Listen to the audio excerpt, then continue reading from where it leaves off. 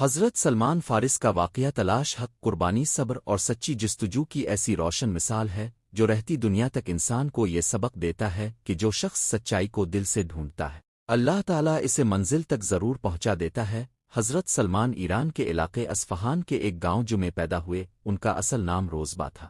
ان کے والد ایک معزز اور خوشحال شخص تھے اور آتش پرست مذہب کے سخت پیروکار تھے، یہاں تک کہ انہوں نے اپنے بیٹے کو آتش کدے کی خدمت پر مقرر کر رکھا تھا تاکہ مقدس آگ کبھی بجھنے نہ پائے۔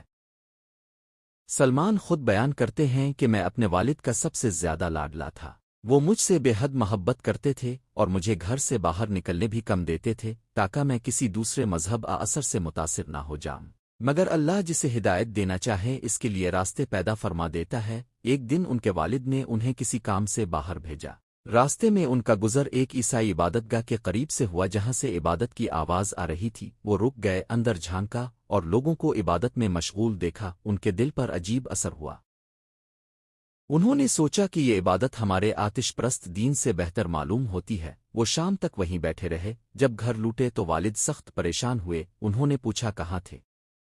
سلمان نے سچ سچ بتا دیا کہ میں عیسائیوں کی عبادت گاہ میں تھا اور ان کا دین مجھے اچھا لگا۔ والد غصے سے آگ بگولا ہو گئے۔ انہوں نے کہا ہمارا دین ہی بہتر ہے، مگر سلمان کے دل میں سوال جاگ چکا تھا۔ انہوں نے عیسائیوں سے پوچھا کہ تمہارے دین کا مرکز کہاں ہے؟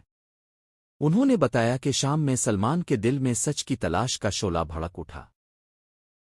انہوں نے والد سے اجازت چاہی مگر انکار ہوا، یہاں تک کہ والد نے انہیں گھر میں قید کر دیا، مگر سچ کی جستجو قید سے نہیں رکتی۔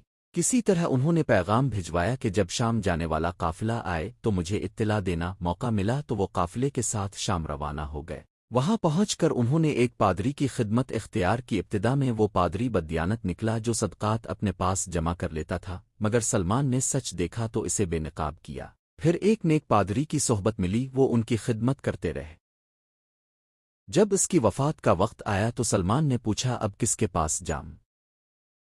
اس نے ایک اور نیک عالم کا پتہ دیا۔ یوں وہ ایک سے دوسرے، دوسرے سے تیسرے عالم کے پاس جاتے رہے، ہر ایک کی وفات پر وہ اگلے کا پتہ پوچھتے، یہاں تک کہ ایک آخری بزرگ نے کہا کہ اب میرے بعد اس دین پر کوئی باقی نہیں، مگر عنقریب عرب کی سرزمین میں ایک نبی مبعوث ہوگا جو حضرت ابراہیم کے دین پر ہوگا۔ وہ کھجوروں کے باغات والی سرزمین میں ہجرت کرے گا، وہ صدقہ نہیں کھائے گا مگر ہدیہ قبول کرے گا، اور اس کے دونوں کندھوں کے درمیان مہر نبوت ہوگی۔ سلمان کے دل میں امید کی کرن جاگی۔ انہوں نے عرب جانے کا ارادہ کیا۔